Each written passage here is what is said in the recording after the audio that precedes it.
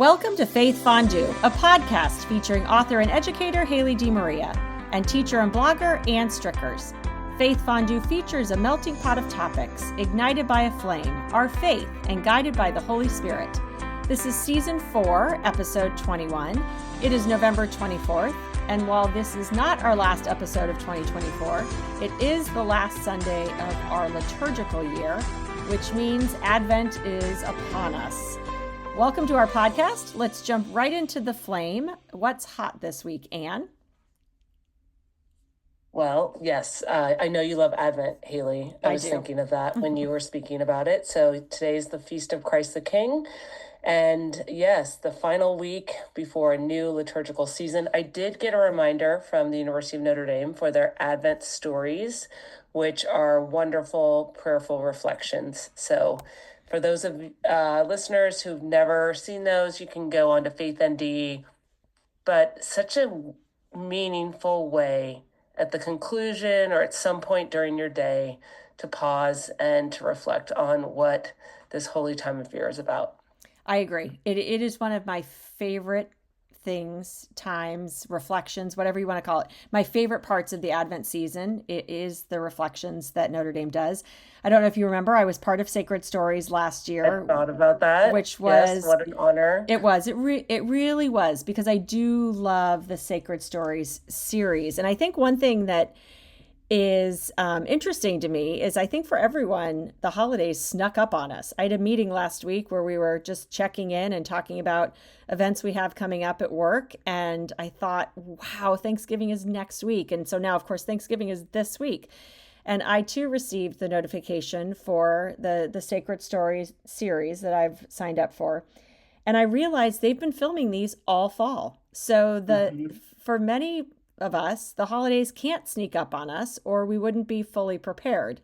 And of course, that is all about what Advent is a time of preparation. And so it was a reminder for me that people have been preparing for Advent a lot longer than I have. But I am looking forward to that starting next week. Yes. Well, and I think of Our Lady who was carrying Jesus in her womb. So yes, it wasn't like she was pregnant just from December 1st through the 20th, from Thanksgiving Day to Christmas Eve, so to speak. And so a good reminder, a good way to kind of frame this time of year. I have noticed, though, there are a number of decorations. So I'm at my parents' and there's a lot of lights. There's a lot of trees up. Thanksgiving is much later this year. Mm-hmm. So I think people are ready, and we've had some winter weather with a cyclone bomb. So it is feeling like more of a holiday season, but it did sneak up on us. We had a very late, our summer went really late, and then all of a sudden It was fall, and now it's, I don't know what it is. But I don't know if we've clarified this. What is your stance? Because I know your husband was in Germany. It's already full on, seasonal greetings. But what is your stance on Christmas music, watching Christmas movies, decor? Let's just put it out there. I am happy to put it out there. But the first thing I heard is a reminder, of course, that Mary did carry Jesus for 9 months. So now I'm thinking that maybe we could celebrate Advent for 9 months, and I could have had my Christmas decorations up 8 months ago. So I'm going to pass that along to my husband, who would be clearly happy to celebrate Christmas all year. So can I get a bump?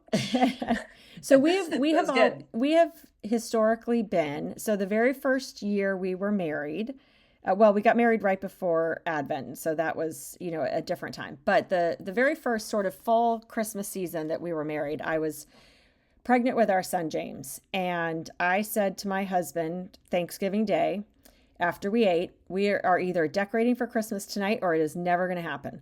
So we cleaned up Thanksgiving dinner, we decorated for Christmas until it was done. Over the years, as we collected more Christmas decorations, it took longer and longer, but our family tradition was always to clean up Thanksgiving dinner and decorate the house until Christmas was done. So I loved that when our kids were younger, because they would go to bed after Thanksgiving dinner and they would Yeah. wake up the next morning and it would be Christmas. It was, Yeah. I don't know if it was magical to them. It seemed magical to me. They'd wake up, they'd run Yeah. downstairs, everything would, I mean, everything was up. We would sometimes stay up till 2, 3 in the morning just making sure it was all decorated. It was great when the kids got older; they could help. We've Yeah. steered away from that a little bit in recent years. We've traveled for the holidays. Last year we were in Africa for Christmas. The year before we were in South Bend for Christmas. We are now in a new home. This will be our first Christmas in this Oh, home, which is very okay. different. We don't Yeah. have kids at home preparing for Yeah. during the Advent season. So logistics sort of play into it. If we kept along with tradition, we would decorate Thanksgiving night.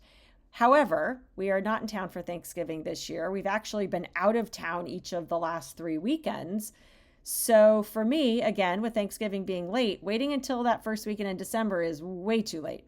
So we have Mm-hmm. been decorated since the beginning of November. Full Okay. on Christmas decorations in our house. And you feel good about that. I mean, I love it. okay, that is a necessity. Is what I'm hearing that as like a necessary good, not an evil. And I used to be definitely hardcore. Day after Thanksgiving, we're making the switch. I Hmm. have broken down. I'm November 15. I'm fine with that. I have noticed people around me are.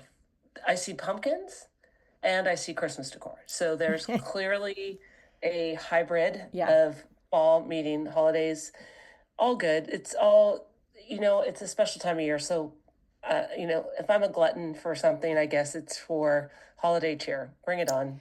I'm not going to do July. I'm not doing Christmas in July. I'm not doing Christmas in October. I'll give you November. Okay, fair enough. At this point, if it makes you happy, why would we not do it? If it makes life easier, let's do it. But Yes. some people have a much different opinion, and I can respect that too. I certainly Mhm. love Thanksgiving, but it is not a religious holiday. It is a very familial, family time, meaningful holiday. I will give it that. But it is true. Again, you mentioned Jamie was in Germany this past month. My in laws were in Italy. They are 100% in Christmas mode. Okay. So, Feliz Navidad. So this time of year, there's usually a holiday movie mhm. or new movies that come out in the theater. And Haley and I prepare notes, and I was thinking of this question, and it was the first thing she mentioned. So the question is about one of the most popular holiday hits already, Wicked. Mhm. And I'm not surprised that you are excited about the phenomena, the show. And you love musicals. Love So it. tell our audience okay, where are you with this? So I am shocked I haven't seen it yet. It's been open for 3 days. Okay. However, Oh, wow. The pressure's on. I will be with my sister and my parents and my in-laws. Our family will be together for Thanksgiving. We all agreed we would see it together. So the pressure is on my Fun. sister to make sure we Hmm. get tickets because we will be down in Florida. I have not seen it. I will say I took a sick day on Friday. That is a rare an occasion in my life, but I did for a number of reasons. One, because I was sick, but um, I spent, this is why I work, because when I don't go to work, I spent 2 hours, what do they call it? Doom scrolling Yes. on my Yes. phone Okay. watching Mhm. Wicked videos. There, Yes. first of all, there's so much out there and there's so much great Yeah. content. And of course, the people making the content are so creative and clever because most of them are thespians and into musical theater. Sure. So they're Yeah. creative minds anyway. But Wicked is for people who knew us 20 years ago. Wicked was the 20 years ago version of Taylor Swift. Jamie, of course, as we all know, my husband is obsessed with Taylor Swift. He was obsessed with Wicked. We both were. We've Hmm. seen the musical over 20 times, probably Oh, 25. wow. Okay. Seen it a lot. Yes. You are ready. We Yeah.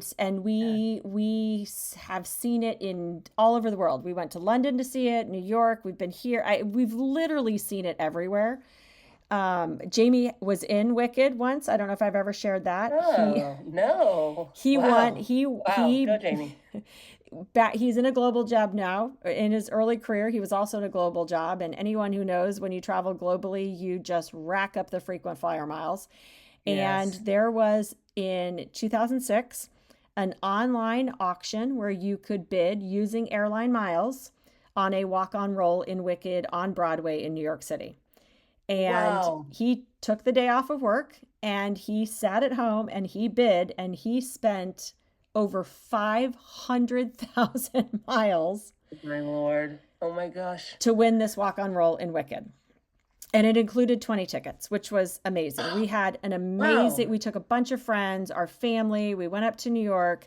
They had him do a walkthrough, they gave him his costume. One of my funniest parts of the weekend was they told him to bring a camera. Of course, we didn't have cameras on our phones then. This is before iPhones. They told us to bring a camera so they could take a picture of him so that we could see what he looked like in his costume in case we didn't recognize him on stage. Now, for those who have seen Wicked, the costumes are fantastic. If you've met my husband, you would know that you could see him from a mile away. There was no way I was not going to recognize who he was, and of course I did. But it was amazing. The whole experience was amazing. Wow. He loved it. He I spent bet. time backstage with the cast. They told him he could sing when he was on stage because he wouldn't be mic'd. It was just really a neat experience. So yes, we Yeah. are a Wicked family, and Okay. I cannot wait to see the Yes. movie. And I've heard that it is true to the musical. It is only the first Okay. act. I don't know if you know that. I didn't know Part that. two comes Thank out you. next year, so it is just the first Okay. act of the play of the musical. Creative. And Very it creative. is for I have heard that for those who love the musical, they will love the movie as well. And I'm very, very happy to hear that because it's so good. Will you attend the movie in costume? I will attend the movie in accessories. Okay. Okay. All right. Yeah, I actually was just thinking about that today. I have some accessories. Yes. I need to figure out if Okay. I'm going to go green or pink. Yeah, I know. That's another, Yeah, yeah. yeah, depends on the Now in this day. country, it's red or blue. Now it's Green shifted or to green or it is green or no. pink, and I'm here for it. Yeah. Now, have Wow. you seen the musical? I have seen the Okay, musical. good.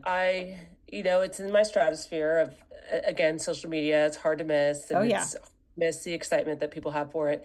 I have just a little bit of,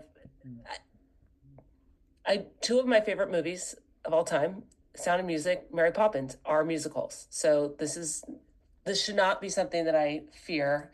I am, however, just a little bit more excited about Gladiator 2. I'm just more curious. And I think it's because I know Wicked, I know the story, I know what I'm Hmm. in for.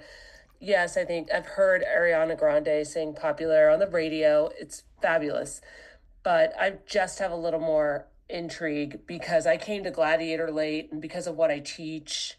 Hmm. And because I, DM'd Aaron Rodgers and he didn't respond, but I think he should have been in Gladiator too. So, it's going, I feel timely with this one. So that is the holiday movie that I'm looking forward to seeing.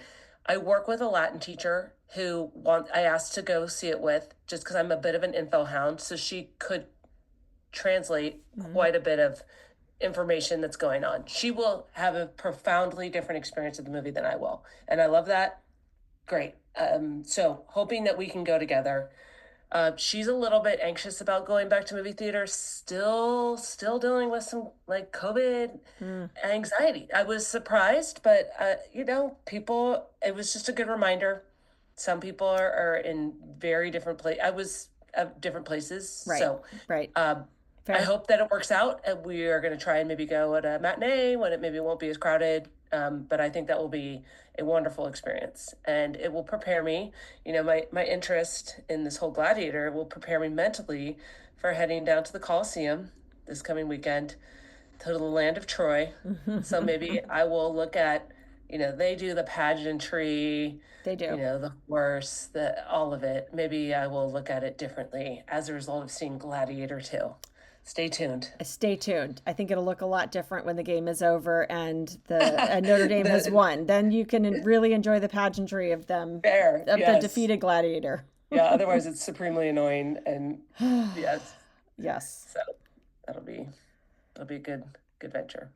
Well, I look forward to following up on that by the time we reconnect again. Hopefully, you will have seen Gladiator and I will have seen Wicked, and Yeah, hopefully, neither I of hope us will so. be disappointed.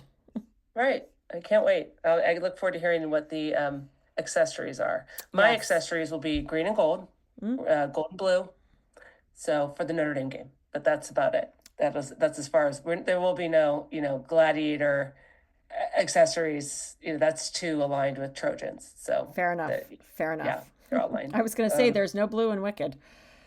Right. I mean, it's really kind of, yeah, pink or green. Pink or green. That's very clear. I think that's a great marketing piece. Although there's the purple, right? A little bit. I've No. seen purple with the like title though. As a Yeah, a little bit. But I maybe have to say the maybe marketing more is green. genius. I Yes. see Yeah. it everywhere.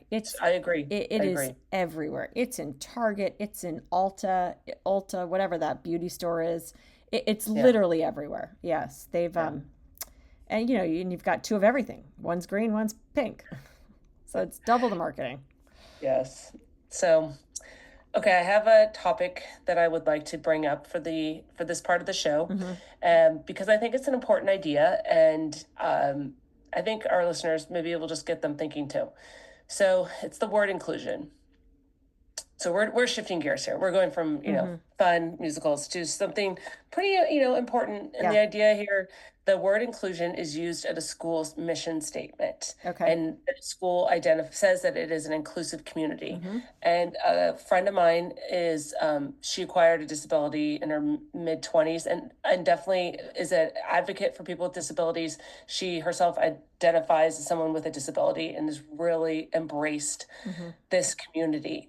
And she has challenged leaders to say this community, that this word should not be used in the mission statement unless the school community is prepared to serve those with disabilities. So when we think of inclusion, we Mm-hmm. often think of ethnicity, Mm-hmm. sexual identity, Religion. race, Mm-hmm. religion, you Yep. got it, economic status, Mm-hmm. male, female, but she's calling on serving those with disabilities. And so if they're not prepared to, now there's the spirit, of course, people with disabilities are welcome, but Right. it does not serve those students. Mm-hmm. Now, could it? She thinks that they could. It would require a lot of changes, a lot of preparation, and and we could go down that path. But I just was so proud of her for even just raising the idea of Absolutely. thinking that the word should not be hollow, and that this is a community that is not served, and true inclusion, it calls us to consider who that means. And since that conversation, Haley, in the San Francisco Archdiocese, there was a small article, and it was the Saint Xavier Society for the Blind, and their whole mission is to offer Braille resources for people at Mass, because all they so people who are visually impaired, all they can do is listen. And they're trying to say it is different when it's not just listening, but being able to follow the word, not only the word of God, but then the part of the Mass where they're listening, but they want to read it too. Right.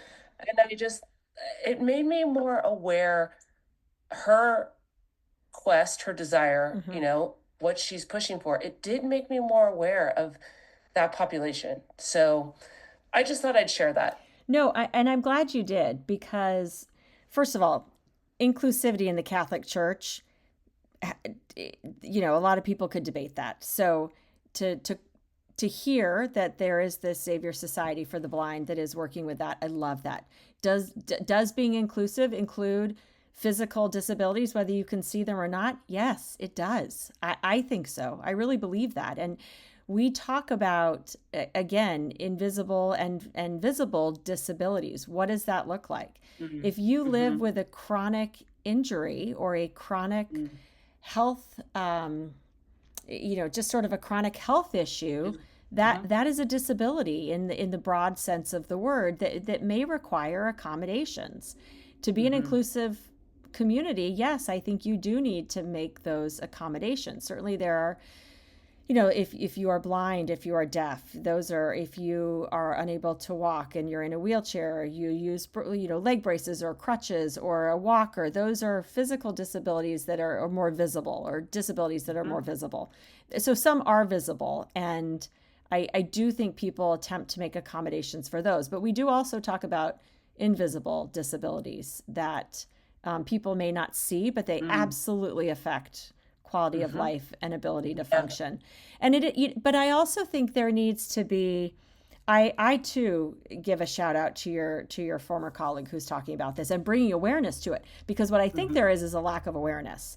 And Yeah. I think there Mm-hmm. are genuinely communities that seek to be inclusive, but Mm-hmm. also don't even recognize maybe where they're not being inclusive. Mm-hmm. And we recently, so just this year at St. Anne's, we have a parent who is blind. It's a new parent at our school.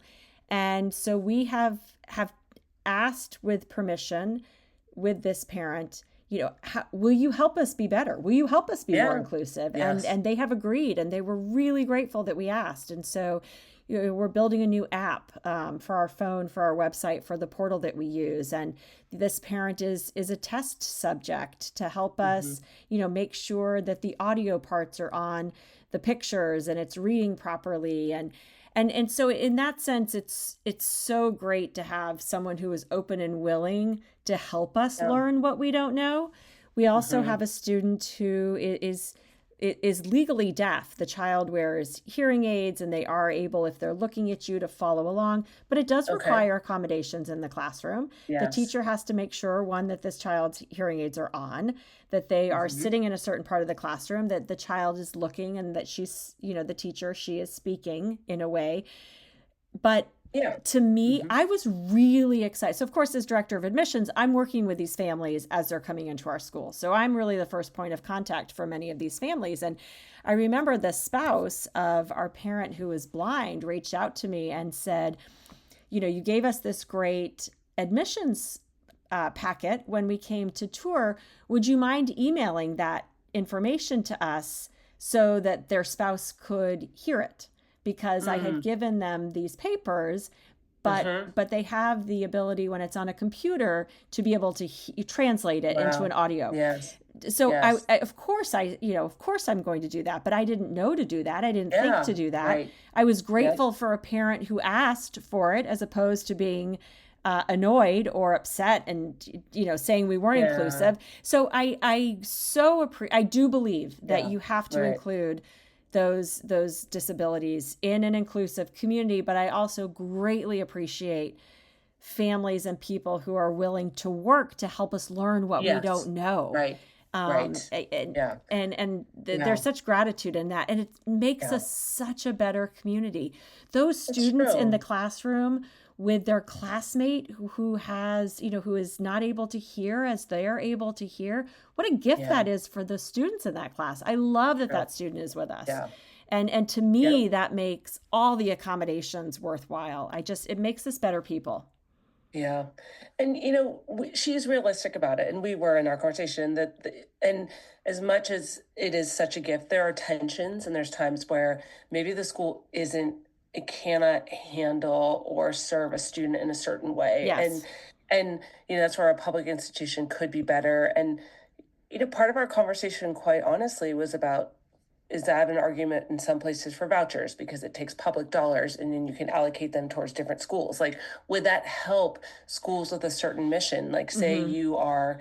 that's really something you wanted for your child, and by getting, more financial resources. So again, we didn't arrive with an answer, but to your point about awareness, her raising the question and being herself an advocate for people with disabilities is made us more aware of, she's part of the solution, Mm-hmm. she's not part of the problem. Right. And i I thank her for helping me to really reconsider that word. And I agree with her. I think she has a lot to for us to learn. So And I do also believe that even in an inclusive community, and St. Anne's, where I work, of course, strives to be as inclusive as possible. It's been one of the most inclusive communities I've been a part of. And we do have, the Center for Learning for our neurodiverse students, where we can support them to an extent. But there correct. are some Yes. students where we're not the right fit for the child. Yeah. And so you can have that True. spirit of inclusivity, but also not have the resources to be able True. to Yeah. provide for a Yeah. child, a teacher, a family. And so I do think you can be inclusive. That doesn't mean everybody is the right fit for that community. Yes.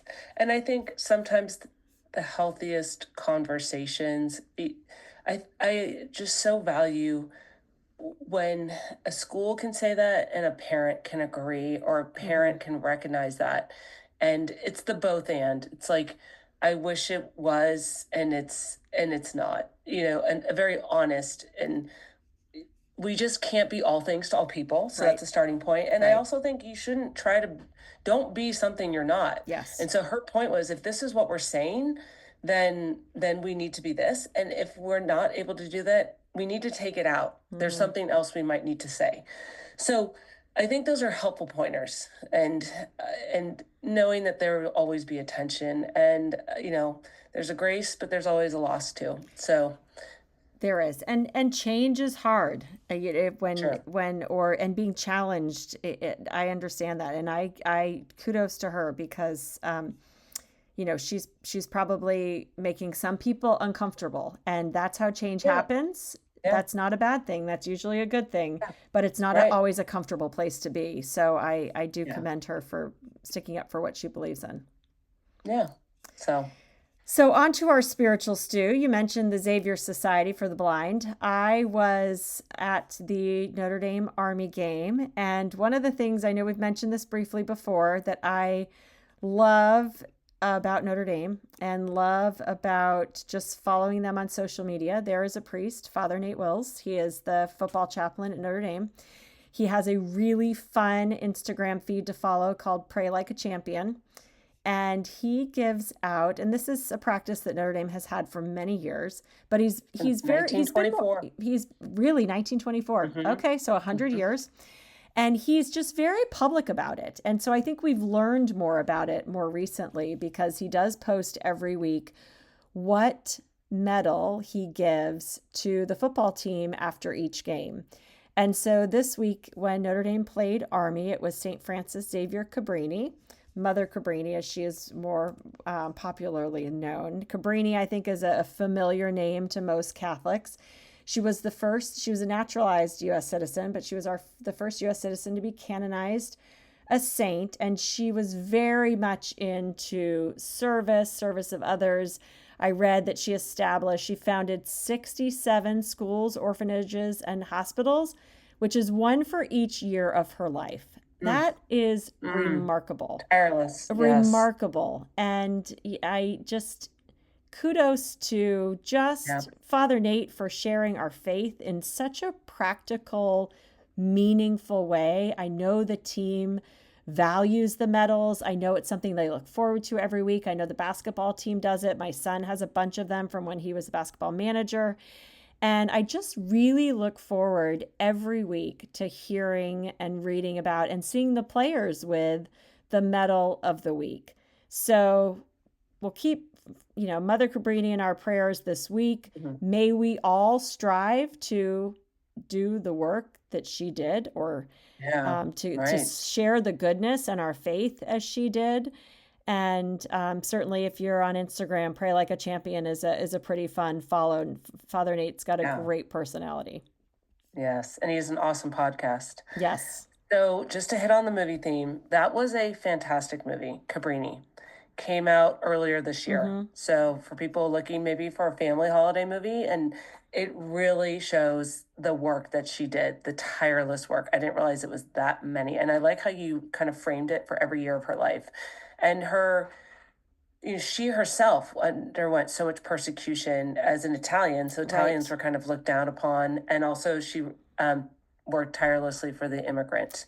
Yes, So she is the those patron themes, saint of immigrants. And yeah, yeah, as we move into Thanksgiving week, Thanksgiving was and there's so many complicated layers that go into Thanksgiving.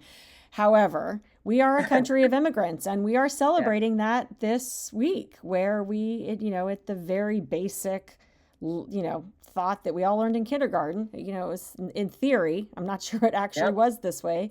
The Pilgrims and the Native Americans coming together to break bread. Again, that's the kindergarten version we all learned. But we are a nation of immigrants, and Mother Cabrini is the patron saint of immigrants. Yes. So the timing of this message, at one of your words, I chuckled when I saw, because this season for the varsity football team at St. Ignatius, we have had chapel, like prayer service before every home game. So I have been tasked with this, and I will be honest, it's been pretty stressful because we are under construction. So we don't have a chapel. So we've had to makeshift our space. It's a tough audience. This is 58 guys. It's on game day. It's 15, 20 minutes. I am not their chaplain. I know so many of the players because I've had them as students. I teach sports and spirituality, so they know that I'm in. I support them, but I'm not on the field. I'm not their chaplain. I'm not male. Football is just a really, like, there's a certain kind of cadence and way of proceeding, and so I break the mold a little bit, which isn't a bad thing, because it's Mm-hmm. better to be part of the program than separate from it. And I try. I'm on campus, so I'm a teacher, so I'm not totally separate. At any rate, this week's theme, I decided to give. So this each week has had a theme, and this week was a line from the prayer of St. Ignatius, to give and not to count the cost. And the theme was sacrifice. And so the idea here is that Ignatius of Loyola actually never would have said that line. And so, Hmm. why is this line in the prayer? Ignatius of Loyola he gave, but he always would have counted the cost. He didn't go in blindly. He was not rash. He knew what he was in for, but he gave anyways. And I think that's appropriate when we make a sacrifice. We oftentimes don't go in like not knowing what we're going to give up. It's like we know. And part of sacrifice is willingly do something. So for these football players, when they signed up freshman year, they knew it was going to be time demanding. It's a physical game. They knew what they were in for, and they did it anyway. And part of like them staying on the team and getting to this point in the season, they know they've counted the cost, and Mm-hmm. they've still made that sacrifice. So at some point in his life, Ignatius, he had such a huge ego. And I was joking with him. I'm like, sometimes we do at our school. We kind of do. We're proud too. They love being from SI. But he recognized that the ego, like he needed to lay down his sword, and he needed to give it over to God, but he gave it over to Our Lady. He gave it at Montserrat. He laid down his sword, and he dedicated his life to her. And she is the greatest. I mean, she is the greatest of all time. She is the Mm-hmm. mother of our Lord. She's the original tabernacle. Her yes was a yes for salvation history. So in giving over of himself to her, he gave himself over to the greatest, who is the mother of God. So I gave the team a medal, and it was of Mary. So I kind of shared a little bit that, other schools do this. Right. And I said, you can take a safety pin, you can put on your bag, you can put on your backpack. If people ask you about it, you can say, this is a sign, this is a commemoration for Our Lady. She is the greatest. She is someone that Ignatius of Loyola dedicated his life to, truly, in service. And she is someone who ultimately she gave, and she counted the cost. She did Mm-hmm. know what she was in for. She was told about the seven sorrows, and she was at the foot of the cross. And I she mean, still she said did it all. yes. So I love that tied in. And those medals are just those are, and I said, this is so Catholic. Catholics, they have, they have medals and Mm-hmm. rosaries. There's ways to touch and just to remember, and whether it's a statue or saints or just different tactile ways that we try to remember, a saint, a message, our faith.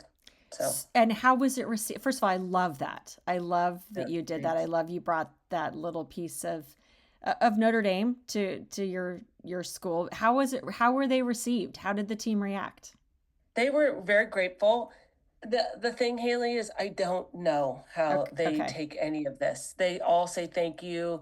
They enter into the space very prayerfully. Okay. They do. They take advantage of it. I did the prayer service last week. That one was my favorite because I did like a visualization. It was a scene from Receiver with George Kittle. It was so awesome. And even one of the coaches was like, that was my favorite.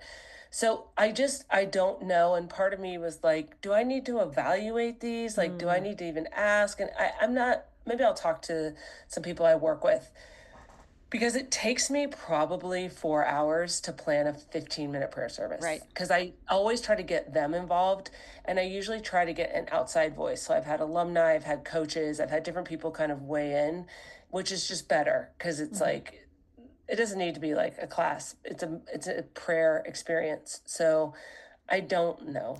Okay, well, but here's what I'll tell you. And I've learned this over the years from speaking. And of course, when I'm speaking, I'm not leading a prayer service, but I am sharing a thoughtful message, which is really what you're sharing with the team when you're doing this prayer service. And I remember when I first started speaking and sharing my story, my mom would always ask, how did it go? All the time. How did it go? And oftentimes I wouldn't know because Yeah. I didn't get a lot of feedback afterwards, or I didn't get a lot of questions. And what I learned over the years was that that's actually when I really got to the audience. That's when you really Mm, connect with them, or at least in my case. And I think this would be true with what you're sharing. So much of what I'm sharing is so thought provoking and things they've never heard before, or how can it's hard to wrap your head around. And so much of what you were sharing was a very thoughtful connection to what they are about to do and what they do as athletes, that they need time to process it. You're not going to mm-hmm. get that immediate response. And I Yeah. also think that's so much of what our faith is we hear stories, we hear a gospel, we hear a reading, we go to mass, we hear a prayer, we listen to a podcast, we have an interaction or a conversation, and it doesn't change our life immediately. It doesn't change our heart immediately. Yeah. So Maybe it's a true. Hmm. thought-provoking conversation that you had with your friend about inclusivity, but and maybe that's one of the rare times where right off the bat you have kind of an aha moment. But I think for most of us, it takes a while for the things that really change our heart and really change our minds. It takes a while to process and to think about and to have that thoughtful after time. And so my Yeah. guess is that's what you're experiencing, because I would leave talks and I would have no questions and people would just be staring at me and they'd walk out quietly in silence and I'd think, oh my Mm, gosh, that right. that was terrible. But then Yeah. 3 months later I'll get an Right. email from someone, or the following week someone will reach out, or I'll 6 months later get invited to speak somewhere else because someone was so moved because they heard me. And you don't know that at the time, and that's okay. Yeah. That's not why we do it. We don't Right. necessarily do it for the feedback. We do it to share our message with others. So my guess is they're receiving it. It's just they're just processing it, and I think that's exactly what we want, is Yeah. is for them to take the time to really think about it and process it. Yeah. Yeah. That's such a hopeful message. So, Well, but keep yeah, keep speaking from doing your own it. experience, yes. So I think I do. They won. They won CCS. It's a huge deal. Congratulations to the team. Oh, that is So proud great. of them. They won 10-7. They beat St. Francis where I used to work. So Mhm. either way, I was kind of like, obviously I'm at SI, so I wanted them to win, but I Right. was also like, I'm happy for either team. I mean, I felt like, I don't know, Mrs. Win-win. Harbaugh. Yeah, John and Jim's mom, maybe. But Harbaugh Bowl Monday night, tomorrow night. That's right. So, where does this leave us? What are your Oh my takeaways? gosh, this is the week of gratitude. I Yeah. would like to try to be more like Mother Cabrini. That's not going to happen this week. This week, I am going to make a conscious effort every day to think of something that I am grateful for and keep that in my heart every day. I am grateful to be with most of my family this week. I am grateful that my son is going to be where he wants to be. And Mm, I'm going to just spend this week reflecting in gratitude. wonderful. I mean, I don't think I can top that. I think that's exactly what this week is for. Yes. And there's a lot to be grateful for. There really is, especially in a time when you could choose to not be grateful. I am going to choose to be grateful. Amen to that. So. Amen. Well, I hope you have a wonderful Thanksgiving. I hope our listeners have a wonderful Thanksgiving. Maybe there's some readers. And maybe there are some readers or some listeners. Yes. But I do hope everyone takes the time to find the gratitude in their hearts. And even when life is tough, there's something for which to be grateful every day. And that is my hope for everyone. Well, and not to belabor the point, but we do notes for this show. So there is an area when I post our podcast for a transcript. So if we really are being inclusive, quite honestly, I should post the notes because they outline the script. So okay, that's something for us to think good about. Habit. It is. You never know. You never know. You're absolutely right. Benefit from some of those ideas. I just need to check my spelling. Don't worry about it. I got that. All right, Anne. Thank you. Have a great week, everyone. Happy Thanksgiving.